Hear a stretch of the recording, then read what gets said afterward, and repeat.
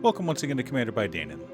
Today we kick off Patreon week with a video brought to us by Patreon supporter Borgie. Huge thanks to Borgie and the rest of my Patreon supporters. Borgie reached out asking for a deck led by the Destined warrior from the upcoming Final Fantasy Scene box, and I was more than happy to build it for him. Also, and I know it's annoying to keep hearing this, but statistically if I don't ask you to like and subscribe, the video gets fewer subscribers. The Destined Warrior is a 4-mana 3/3 legendary human warrior with First Strike, Vigilance, and Menace. They also make it so that Cleric, Rogue, Warrior, and Wizard spells we cast cost 1 less to cast. Finally, at the beginning of combat on our turn, creatures we control gain +1/+1 until the end of turn. But if we have a full party, creatures we control get +3/+0 until the end of turn. A full party refers to the balanced 4-person party from Dungeons & Dragons. Wizard, Cleric, Rogue or Thief, and Fighter. Magic doesn't have fighters, but warriors are close enough. At the same time, Final Fantasy doesn't have clerics. They have white mages, but they're not the same thing. But close enough for government work. Now, normally, with a Final Fantasy deck, I like to do a bit of lore. But Final Fantasy I doesn't have any character lore.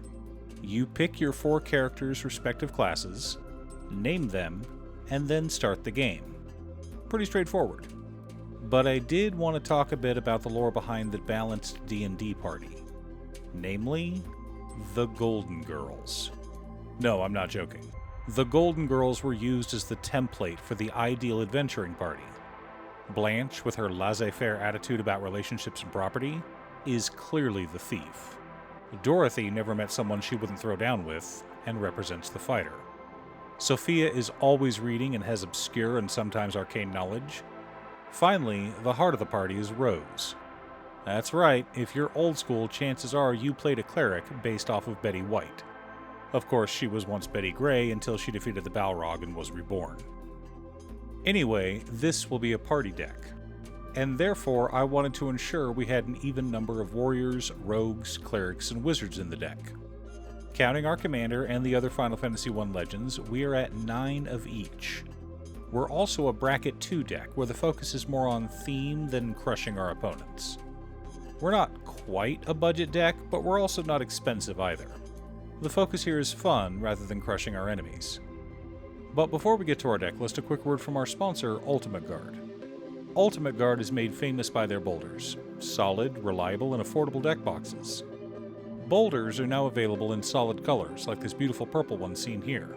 Find it if your local game store carries the new Ultimate Guard solid color boulders, or click the link down below to order yourself one from Amazon. In order to build a functional commander deck, you need lots of different pieces, which is why I try to rely on my handy-dandy checklist. 50 mana sources, usually split between 37 lands and 13 pieces of ramp, 10 pieces of card advantage, 8 to 10 pieces of spot removal, 2 to 3 board wipes, 2 pieces of graveyard hate, and 1 sudden I win card. Oh, one more quick announcement before we get started.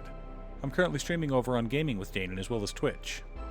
It'll mostly be Final Fantasy XIV, but you're more than welcome to pop in and talk about Commander. Honestly, about half my streams are talking about manga, anime, or Commander. Our land base consists of Command Tower, Exotic Orchard, Arcane Sanctum, Glacial Fortress, Drowned Catacomb, Isolated Chapel, Glacial Floodplain, Ice Tunnel, Snowfield Sinkhole, Idyllic Beachfront, Contaminated Aquifer, Sunlit Marsh, Prairie Stream, Tainted Isle, Tainted Field, Adarkar Wastes, Underground River, Caves of Koilos, Port Town, Choked Estuary, Shine Shadow Snarl, Azorius Chancery, Dimir Aqueduct, Orzhov Basilica, Bajuka Bog, Myriad Landscape, Evolving Wilds,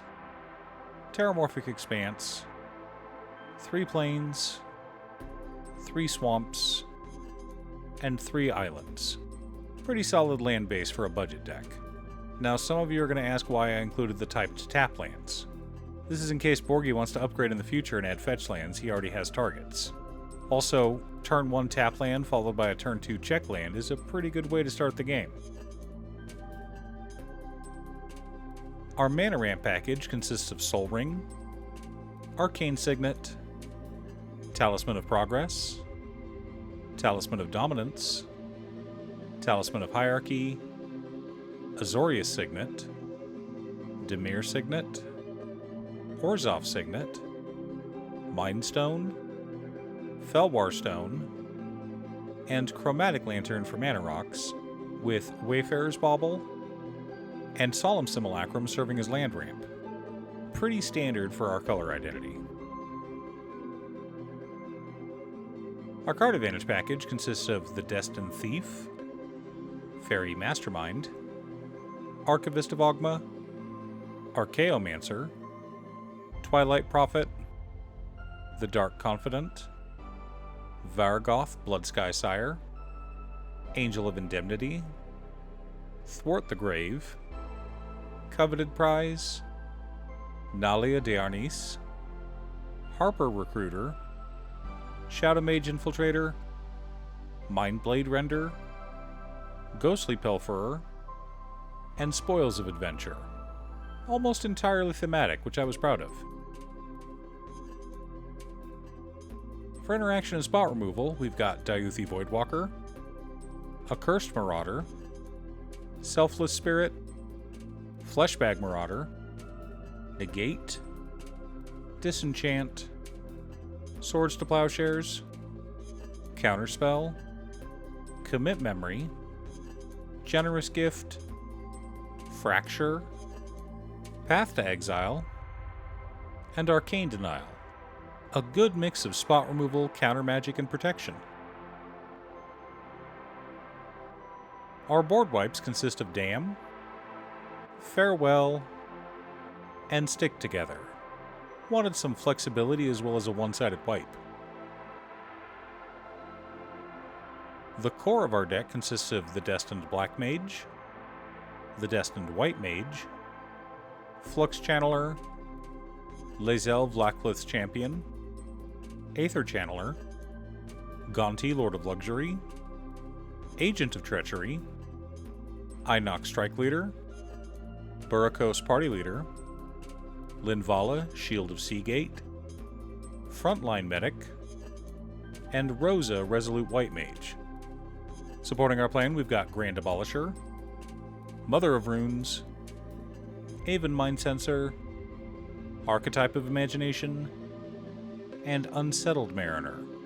Some of these are for protection, but we also want to mess with our opponents and stack them a little bit. Borgie can have little stacks, as a treat. Now that we have our deck list, let's compare it to our checklist. 50 mana sources, split between 37 lands and 13 pieces of ramp. Right on target. 16 pieces of card advantage. 13 pieces of interaction. 3 board wipes. 4 pieces of graveyard hate in Bojuka Bog, Commit Memory, Farewell, and Diuthi Voidwalker. No sudden I win cards, but lots of paths to victory. Despite being Esper, we are not a combo deck. Our deck is designed to put together a party and smash our opponents in the face. Though, if I had to pick one card that would help us close out the game in a timely manner, I'd have to say it was Archetype of Imagination. Giving our creatures flying and taking flying away from our opponents is hilarious. Are you picking up any of the Final Fantasy scene boxes? What are you doing with them? Leave a comment below. Thanks for tuning in. Once again, a huge shout out to my editor Cutestuff. I couldn't make these videos without her. If you'd like to hire her to edit your own videos, she can be reached at cutestuff.edits@gmail.com. Link is down below. If you're looking for ways to support the channel directly, you can head on over to patreon.com/Danon. You can have a video made or just ask for help building or tuning a deck list. I also wanted to give a quick shout out to all of my patrons: Waffles, Jiraiya, Muffins, Marcus, Brett, Roxy, Alix, Borgie, Conga, Robert Pye, Kazaris, Patrick, Tiz, Art, Richard, Sint, Boomy, Osira, Justin, Golden Walker, Captain Hammer, Yori, Sleech, Zach, Mr. Salty, and Hua. You guys are awesome. I post new Commander Deck videos every weekday, so be sure to subscribe and ring the bell to be notified of new videos. Again, thanks for watching, and I'll see you all again next time on Commander by Danon.